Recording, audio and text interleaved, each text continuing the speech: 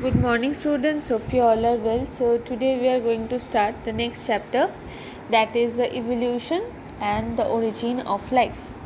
Okay, so I think in class 10 you have studied little bit about this chapter. So, okay, let's start. So, the evolution. What is actually the definition of evolution?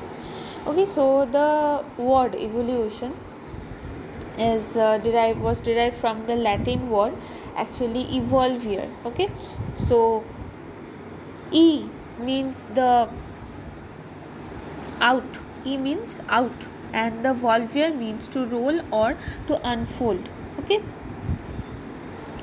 so evolution means that is a continuous and gradual change. It is a continuous and gradual changes in nature.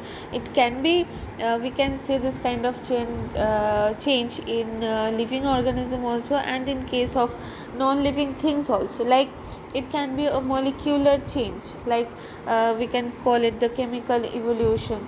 Okay, some it can be some physical change in some physical object, like some change in land topography, and sometimes all at the level of stars and planets in our universe. So we can call it cosmic evolution or stellar evolution. And if the evolution will occur in case of living objects, then it will be the biological evolution. That means everything, it can be a living thing or it can be a non-living thing, it is changing continuously and gradually, but the rate of change is very slow, but it is changing.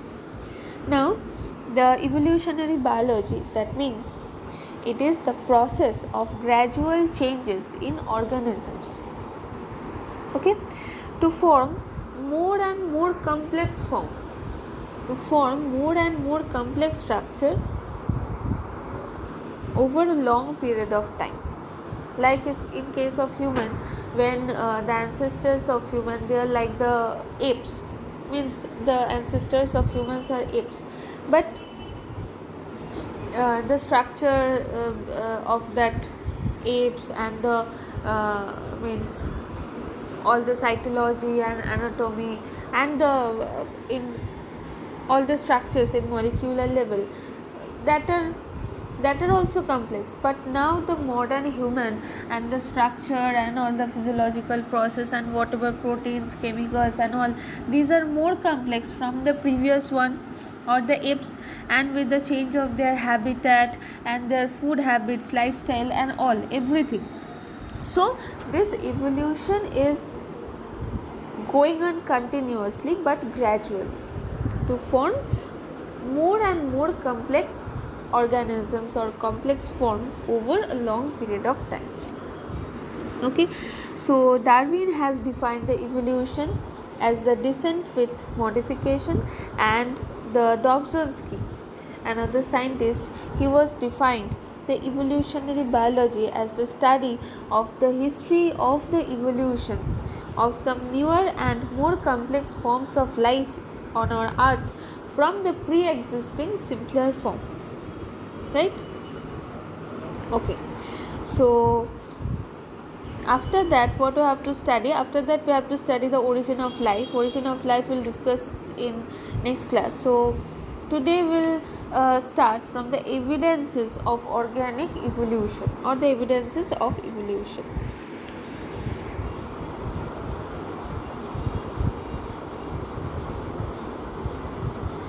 Okay, so without the evidences, we cannot say that this organism or this simpler organism had changed to a particular complex form. So we need different types of evidences. Okay, so the so in different branch of biology we can collect the evidences, like from paleontology, from any comparative anatomy, next the study of some vestigial organs and embryology, next some geographical distribution, cytology and genetics also. Okay, so first we will study the evidences from paleontology or paleobiology. Okay, so paleontology means the study of fossils. Fossils of what? Fossils of both animals and plants. Okay, so the fossils are the actual remaining of a organism, or the impression which left by the organism, and that impression or that part has been preserved inside the rock or within our earth. So the fossil records are very helpful to build means very broad historical sequence of biological evolution. Okay, so the study of plant fossils is called paleobotany, and the animal fossil study of animal fossils is known as paleozoology.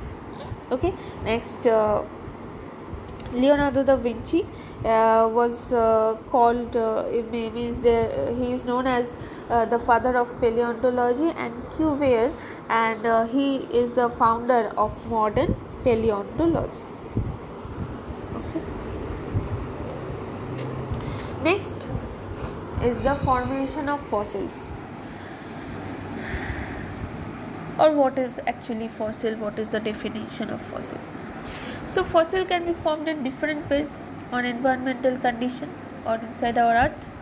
So sometimes fossil may include the original remaining part, mainly the hard parts of that particular organism. Hard part means it can be bone, it can be the teeth, shell, any kind of shell. If the organisms they are having the shell, like in case of tortoise and this mollusk, they are also having the calcareous shell, like this. So it includes all the remains of the hard parts of that organism, either in the sedimentary rocks, or sometimes petrification of hard and soft part.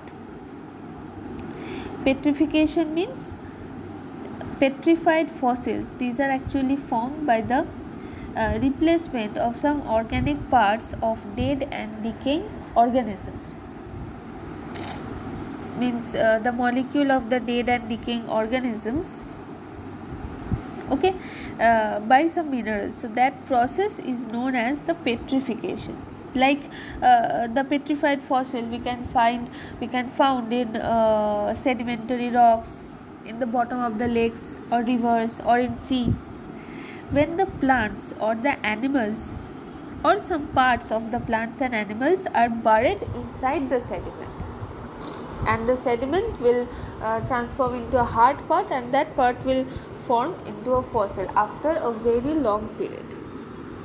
Okay, so and we can study the fossils from, means the fossil can form by the molds, means it is actually the replica or the impression of that particular organism or plant material that formed by the hardening of the material that surrounds the buried organism or that particular organism. Okay, and so from molds we can get the actual remains of that organism. So it can be stored in case of amber, peat, or sometime inside the ice. Okay, now the types of fossils you don't have to read, it is not there in your reduced syllabus. Now what you have to read, that is the geological time scale, and this full table, geological time scale, this thing you have to read.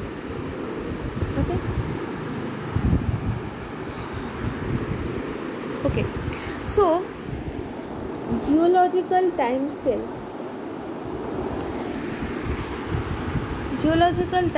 means from the beginning of the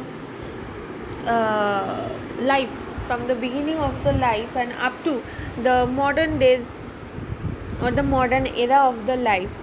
What changes are there during different eras and periods and epoch, and which organisms have dominant in which time, which organisms have developed in that particular time. So from this time scale we can get to know more about the organism and the evolution of that particular organism, that and from here also we can know that from simpler organism or from the unicellular organism how there is the development of the multicellular organism and more complex organisms. Okay, so in geological time scale we can divide it into main four parts. First is the era. Actually total five eras are there in this geological time scale. Next, we can divide each era into different periods, and we can divide each period into different epochs. And after that, these are the characters, or these are the features of this particular era or period or epochs, which are showing some dominant animals and plant groups of that particular period. So what are the eras? First we see what are the eras. So from the down we have to study. That means the number 5 era, that will be the first era of the earth, right? So the first era is Archeozoic. Okay, that means it is known as the era of dawn of life. Okay, it is the era of dawn of life, and the name of the era is Archeozoic. And it starts means the period of this is actually 3,800 million years. So the Archeozoic era, which is known as the era of dawn of life, stayed for 3,800 million years. Okay, now the epoch is the Precambrian period. The name of the epoch is Precambrian. Means it is actually the Precambrian period. So we can see what are the dominant animals and plants are there. Actually, in the Archeozoic era only there is the origin of life, and fossil of primitive bacteria like algae and bacteria like fossils and algae like fossils are formed. That means during this time only the life has started. Just means at that time only the life has started, means unicellular organism, bacteria and some algae. Okay, next era is Proterozoic. Okay, so it is the means it is the era of primitive life, and it stays for 2,000 million years. Okay, so it is Proterozoic era. So inside the sedimentary rocks, scientists have got the fossils of the organisms of this era, like the origin of first simple marine invertebrate, shelled protozoans and coelenterata. Okay, so in this period, in Proterozoic era, there is the origin of first simple marine vertebrates. But means plenty of the fossils scientists have not got. Some fossils they have got. So next era, that is Paleozoic. Okay, and we can divide the Paleozoic era into 6 periods. So the first period, that is the Cambrian, that is 600 million years ago. Okay, so in this Cambrian period all vertebrate phyla established. Okay, so in this Cambrian period all vertebrate phylums are present, but they are in its simpler form. They are not the complex organism. Okay, but they are in its simpler form. Next 2 periods, they are like Ordovician and Silurian. Okay, you can see here this two period, Ordovician and Silurian, number 4 and 5. This periods are known as the age of invertebrates. Why they are known as the age of invertebrates? Because at that time the invertebrates are the dominant at that time. Okay, so they are known as the age of invertebrates. So in Ordovician period there is origin of vertebrates and jawless fishes, corals and trilobites. Okay, trilobites are abundant and diversification of mollusca. Okay, so in Ordovician period, that is the origin of vertebrates and jawless fish. That means the simpler form of fishes they have evolved, means they are present at that time. And origin of means the development of corals and mollusca, the organisms of mollusca, they are present at that time. Next one, that is Silurian. So that is the origin of jawed fishes and wingless insect, wide expansion of invertebrate phylum. So Silurian is 430 million years ago and Ordovician is 500 million years ago. So in case of Ordovician, you can see that there is formation of jawless fishes, but how the evolution has changed from simpler to complex organism, because in Silurian, that means in 430 million years ago, you can see the origin of first jawed fish. That means the simpler form of jawless fishes have changed to the jawed fish. And wingless insect means formation of wingless insect and the dominancy of the insect, so that the age of means this age, Silurian and Ordovician, both of them, they are known as the age of invertebrates. Next is age of fishes, that is Devonian. Age of fishes, that is Devonian. So Devonian period is known as the age of fishes. Why? Because the origin of amphibian and abundance and diversification of fishes. So you are seeing in this geological time scale origin of one new species and the abundance or the diversity of the pre-existing phylum or the pre-existing species at each period.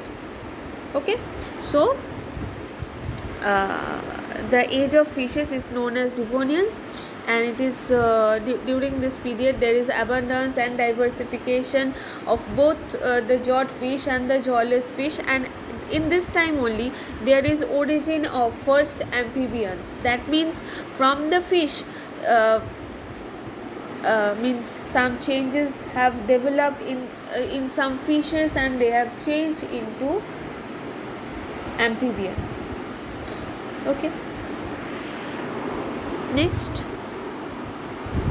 both the period Carboniferous and Permian, they are known as the age of amphibians, because in case of Devonian already there is the origin of amphibian. That means now they will flourish and they will means they will dominate the earth. Okay, so in case of Carboniferous, it is the age of amphibians, spread of ancient shark, first reptile spread, and for rise of insect. So Carboniferous mainly known as the age of amphibians. So at that time also there is the spread of some ancient shark, not this kind of shark which we can see now, but some primitive or ancient type of shark, and first reptile. See, I have told that whenever there is the means development whenever there is the flourish or abundance or the dominance of one phylum or the pre-existing phylum, at that period or at that era only there is the development of the next phylum of the organism, means the organisms of that particular phylum, the first appearance. So here you can see it is the first appearance of the reptile. And in case of Permian, the abundance of primitive reptiles. Okay, now there is decline in the amphibians. and extinction of many marine invertebrates. Extinction of many marine invertebrates and rise of modern insects. Why there is decline of the why there is extinction of many marine invertebrates, can you say? Because means how you will understand that is, if there is the dominance of amphibians, so generally the amphibians was means generally the amphibians are present both in means they are both terrestrial and aquatic. So marine or the aquatic invertebrates, they are captured by the amphibians. That means there is extinction and also some changes are there. Okay, so in the Permian period also there is rise of modern insect, that means winged insect. Okay, so up to this Paleozoic we have completed. Next era, that is the Mesozoic era, and this one is known as the age of reptiles and gymnosperms in case of plant. So we can divide the periods into three main groups, that is Triassic, Jurassic and Cretaceous. Okay, so that Jurassic Park name of that film has came from this period. Why? Because that is the age of reptiles, mainly the large big reptiles, the dinosaurs. Okay. Now, okay, say in case of Triassic period, rise of first dinosaur and egg laying mammals, extinction of primitive amphibians and abundance of cycadophytes and gymnosperms. Okay, so in Triassic there is the appearance of first dinosaur or rise of first dinosaur. Okay, and also egg laying mammals, that means primitive mammals. Next, Jurassic, age of gymnosperms and reptiles. Jurassic period is mainly known as the age of gymnosperms and reptiles, dominance of dinosaur, rise of toothed birds like Archaeopteryx, what you have seen in that film Jurassic Park. Archaeopteryx, which is the connecting link between the birds and the reptiles. Okay, next is the spread of reptiles and first angiosperm and first bird appeared. Okay, so Jurassic period is known as the age of reptiles and gymnosperms, that means dominance of these reptiles and also the gymnosperm, but the appearance or the first appearance of the bird and the angiosperm. Okay, next is the Cretaceous period. So there is the appearance of archaic, means primitive eutherian mammals, rise of the modern birds and teleost fishes, means bony fishes. Teleost fishes means bony fishes, and extinction of all these giant reptiles and toothed birds, and also dividing in the gymnosperm and increase in the angiosperm. See how evolution is changing, and with the evolution how the organisms are going, means they are extinct, and some organisms are, means there is the first appearance of some organism and extinction of other phylum or other organism, not phylum, other organism. Okay, so actually one thing is there, that is the mass extinction. In between these two periods or in between this eras, some very huge changes occurred, means Ice Age, one film also there, like Ice Age, another film is there, means half of the world was covered by the ice, or there is very huge earthquake or flood. So due to, means that causes the mass extinction, that means it causes the extinction of means all the dinosaurs or all that primitive type of reptiles. Okay, next, so Mesozoic era, Next is the Cenozoic era, that is the age of mammals and angiosperm. And Cenozoic era, now we are in the Cenozoic era, that is the era of modern life. Okay, so we can divide it into two periods, tertiary and quaternary. So tertiary also, now epochs are there, means period also we can divide into different epochs. So first is tertiary. So 5 epochs are there: Paleocene, Eocene, Oligocene, Miocene and Holocene. So Paleocene, it is the rise of placental mammals and evolution of modern bird. Means from the Cretaceous is the appearance of the birds, and next Paleocene, or in case of tertiary period, there is the rise of placental mammals and evolution of modern birds. Next Eocene, diversification of modern placental mammals. Eutherian means which mammals are having placenta. Okay, and diversification of carnivores and hoofed form also appeared. Next Oligocene.